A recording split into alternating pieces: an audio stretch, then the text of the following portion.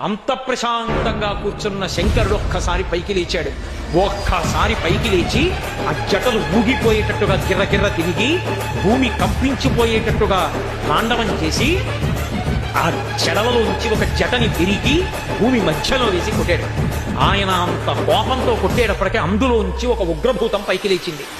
అభ్రంలిహాదభ్ర విభ్రమ బ్రభ్రమ కృణీల దీర్ఘ శరీరమర ప్రజ్వల జ్వలన దీప్త జ్వాలిక జ్వాల జజ్వల్యమాన కేశములు మెరయ జండ దిగ్వేదండ శుంఠాప దొడ్డండ సహస్రద్వితిహేతి సంగమప్ప వీక్షణత్రయలోక వీక్షణద్వితిలోక వీక్షణతతి దుర్నిరీక్షమగుచు గ్రగచ కఠిన కరాల దంస్కలు విలుంగ ఘన కపాలస్తు మలికలు తనర అఖిలలోక భయంకరుండగుచు వీరభద్రుడు దయించమారట రుద్రుడుగుచు.